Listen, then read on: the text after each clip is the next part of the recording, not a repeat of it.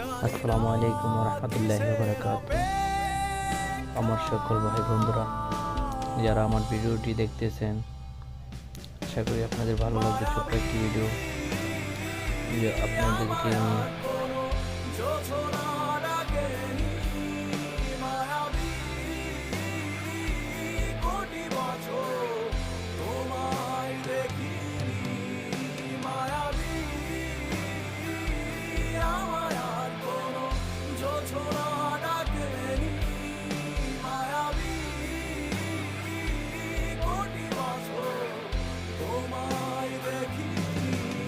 যা দিয়েছিল